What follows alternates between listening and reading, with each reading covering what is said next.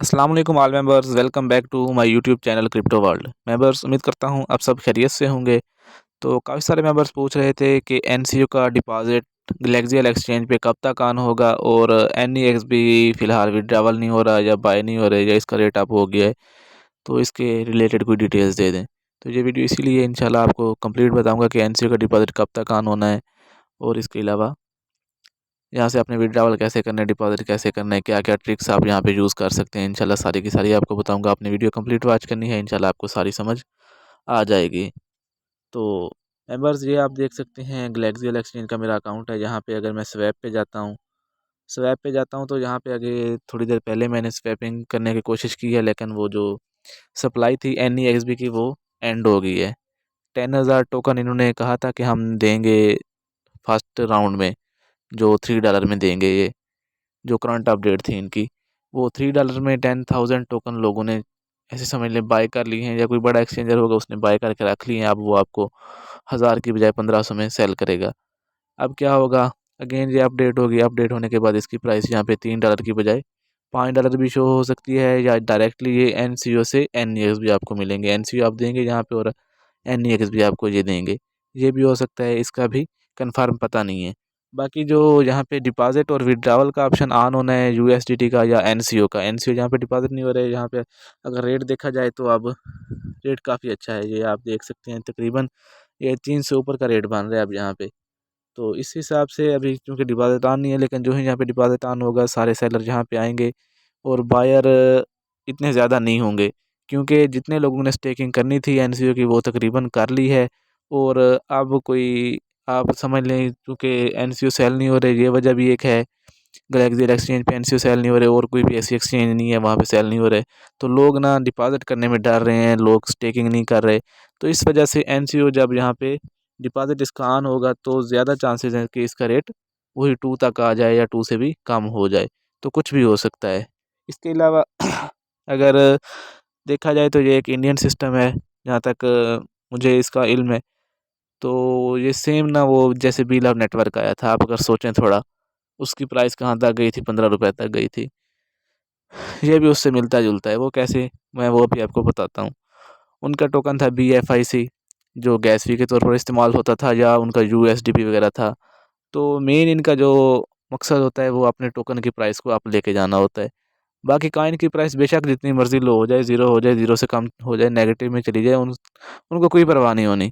उन्होंने मेन अपने टोकन की प्राइस को अप करने के लिए कोई ऐसा सिस्टम बनाना होता है जिससे उनका जो टोकन की प्राइस चाहे जितनी भी हो जाए, लेकिन उनका जो असल एक्चुअल जो कॉइन है उसकी प्राइस आप चली जाए।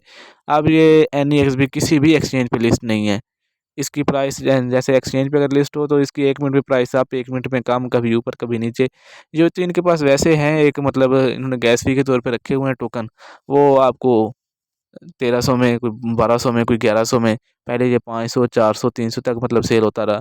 अब वो अपनी मर्ज़ी की प्राइस है, यहाँ पे उन्होंने रखी हुई है कि अगर किसी ने परचेज़ करने हैं तो कर ले, नहीं करने तो उनकी मर्ज़ी। ये गैस फी के लिए इन्होंने यहाँ पे यूज़ करवाने हैं एनसीओ में। ये अगेन उन्हीं के पास ही जा रहे हैं, आप ऐसे समझ लें वो आपको दे रहे हैं, अगेन वही नेक्ज़ा वालों के पास ही जा रहे हैं। जाने तो कहीं नहीं है, आपने यहाँ से लेने हैं, जाकर आपने नेक्ज़ा ब्लॉकचेन में लगा देने हैं गैस फी में। तो ये इनका एक, आप जो भी समझ लें, स्कैम समझ लें। इसी तरह आप देख लें भी, इनकी एनईएक्स कॉइन की प्राइस ऊपर चली गई है, लेकिन एनएसयू की प्राइस कम है।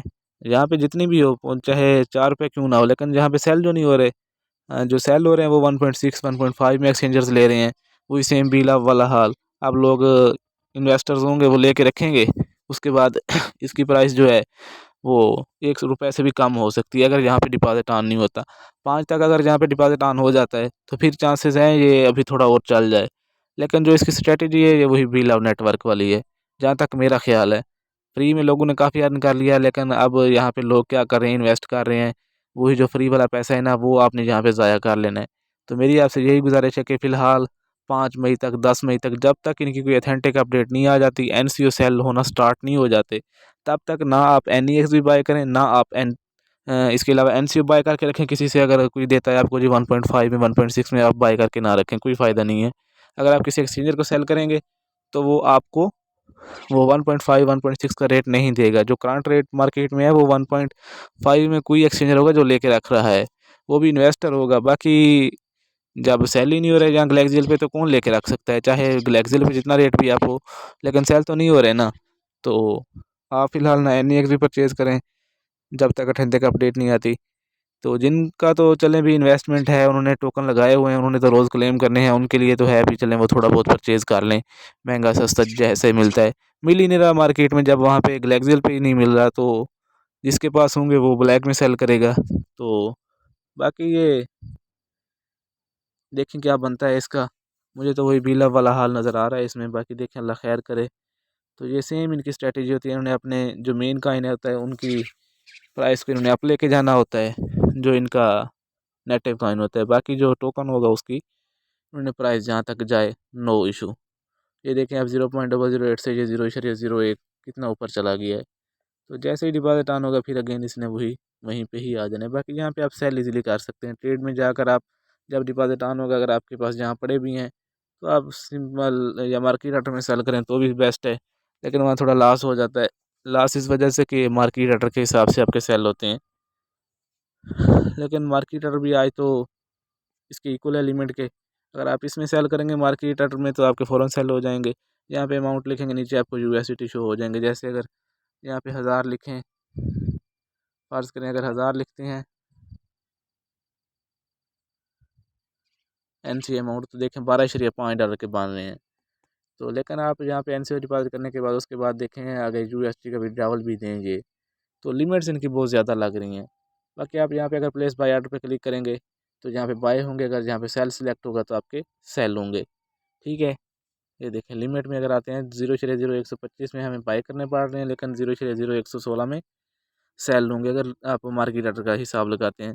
क्योंकि यहाँ अगर ऑर्डर बुक में हम आते हैं तो यहाँ पे 0.0116 वाला मैक्सिमम बायर है, 1000 टोकन वाला $11.6 में। तो ये इस हिसाब से ना मार्केट ऑर्डर का रेट शो होता है। अगर आप 0.0125 के लगा के रखेंगे थोड़ी देर बाद आपके भी सेल हो जाएंगे, या 0.0124 के लगा दें, सबसे पहले आपके सेल होंगे उसके बाद 125 वाले के सेल होंगे। तो यहाँ पे सेल करना तो मुश्किल नहीं है, लेकिन मेन मसला ये है कि डिपॉजिट ऑन हो। इतनी लिमिट्स अगर लग जाएँ, पहले उन्होंने विड्रॉवल लिमिट लगा दी NCO की 300, तो उसके बाद इन्होंने क्या किया यहाँ पे डिपॉजिट की लिमिट लगा दी, विड्रॉवल की लिमिट लगा दी, NEX भी परचेज़ नहीं, NEX भी को इन्होंने ब्लैक कर दिया। इसके अलावा और बहुत सारी चेंजेस कर दी।